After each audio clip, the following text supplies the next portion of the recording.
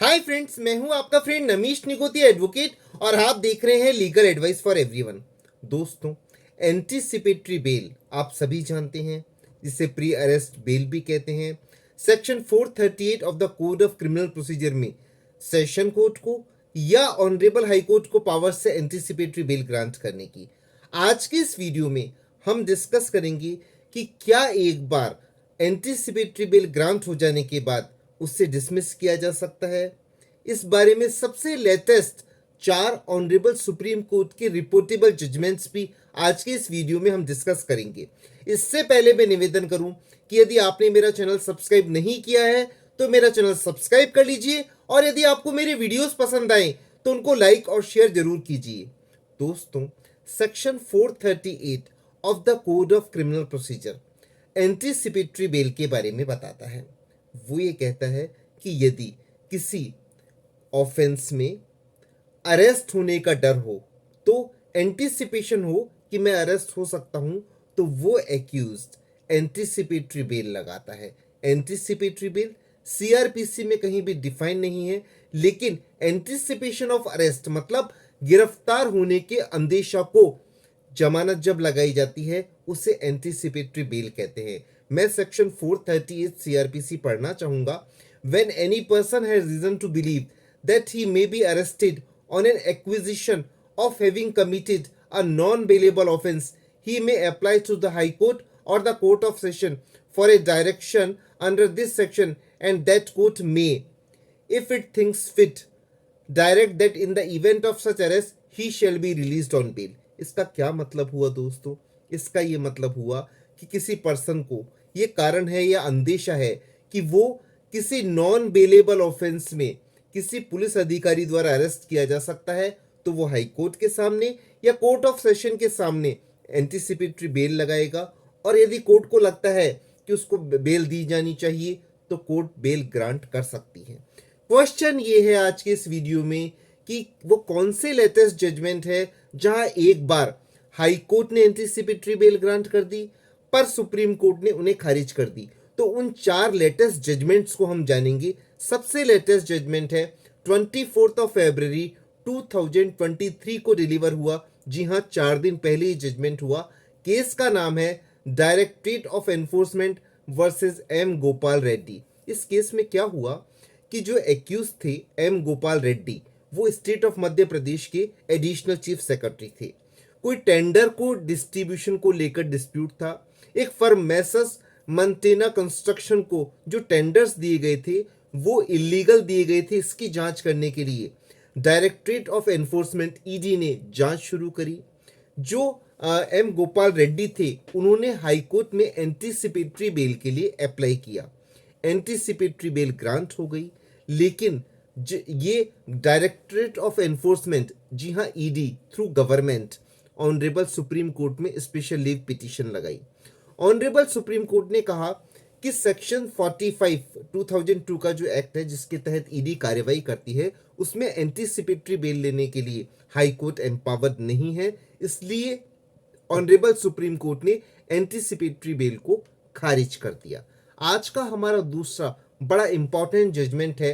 Case का नाम है ऑनरेबल सुप्रीम कोर्ट का Talat Sanvi versus state of Jharkhand. ये 24 ऑफ जनवरी 2023 को, जी हाँ लगभग 1 महीने पहले ऑनरेबल सुप्रीम कोर्ट ने डिलीवर किया।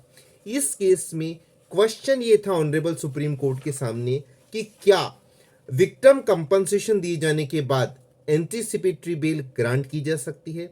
जैसे किसी पर अपराध हुआ और कोई कॉम्प्रोमाइज में, या ऑनरेबल हाई कोर्ट ने कह दिया कि यदि आप इतने रुपए अदा करते हैं as a interim compensation, victim को अदा करते हैं, पेनल्टी जमा कराते हैं, तो एंटीसिपेटरी बेल प्री कंडीशन के रूप में ग्रांट की गई।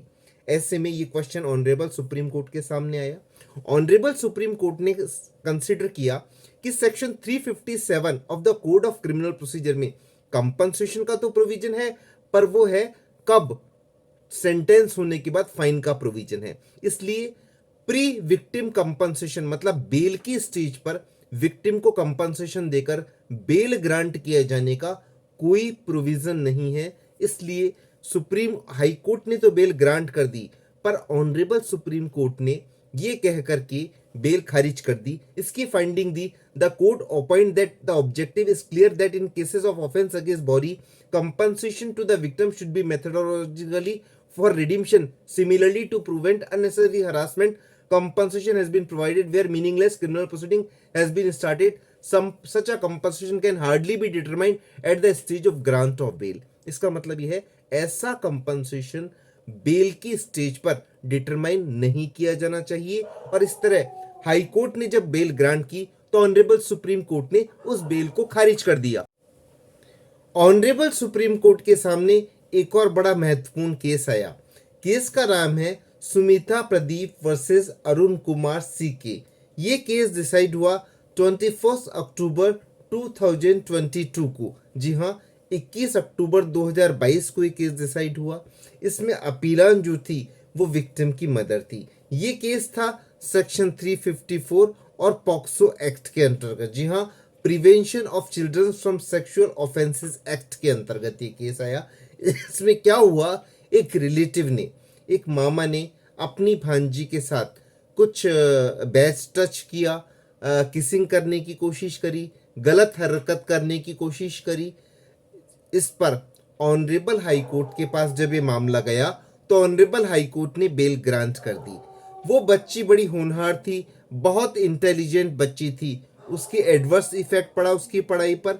तो ये केस जब ऑनरेबल सुप्रीम कोर्ट के सामने आया तो ऑनरेबल सुप्रीम कोर्ट ने कहा कि नहीं, ऐसे केसेस में एंटीसिपेटरी बेल का बेनिफिट एक्यूज को नहीं दिया जाना चाहिए और ऑनरेबल सुप्रीम कोर्ट ने एंटीसिपेटरी बेल को रिजेक्ट कर दिया। एंटीसिपेटरी बेल के रेफरेंस में ऑनरेबल सुप्रीम कोर्ट के सामने एक बड़ा महत्वपूर्ण केस आया। केस का नाम है central bureau of investigation versus PS Jayaprakash. ये डिसाइड हुआ 2 दिसंबर 2022 को। जी हाँ, 2 दिसंबर 2022 को डिसाइड हुआ। ये केस क्या था, इसमें CBI Central bureau of Investigation investigation कर रही थी किसी केस का। केस था section 120B, 167, 218, 330, 323, 195, 348, 365, 477A and 506 of the Indian Penal Code. जी हाँ, इतनी धाराएं भारतीय दंड संहिता की लगी थी। इसमें हाई कोर्ट ने प्राइवेट रेस्पोंडेंट, जी हाँ, जो ओरिजिनल एक्यूज थे, उनकी application anticipatory bail application grant करते हुए बेल अलाउड की। केस ऑनरेबल सुप्रीम कोर्ट के सामने आया। ऑनरेबल सुप्रीम कोर्ट ने कहा नहीं, जब पूरे मैटर की स्टडी करके कहा कि इस मामले में एंटीसिपेटरी बेल का बेनिफिट नहीं दिया जाना चाहिए। तो दोस्तों, आज हमने एंटीसिपेटरी बेल के बारे में जाना।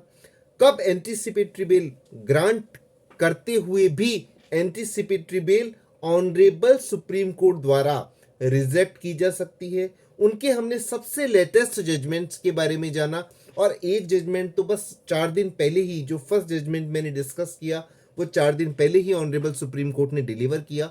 मैं बेल, एंटीसिपेटरी बेल के बारे में और भी वीडियोस बना चुका हूं जिनका डिटेल मैं डिस्क्रिप्शन बॉक्स में शेयर कर दूंगा। तो इस प्रकार आपने एंटीसिपेटरी बेल, उनके प्रोविजंस के बारे में और सुप्रीम कोर्ट के लेटेस्ट जजमेंट के बारे में जाना। आज का वीडियो इतना ही। धन्यवाद। Thank you friends.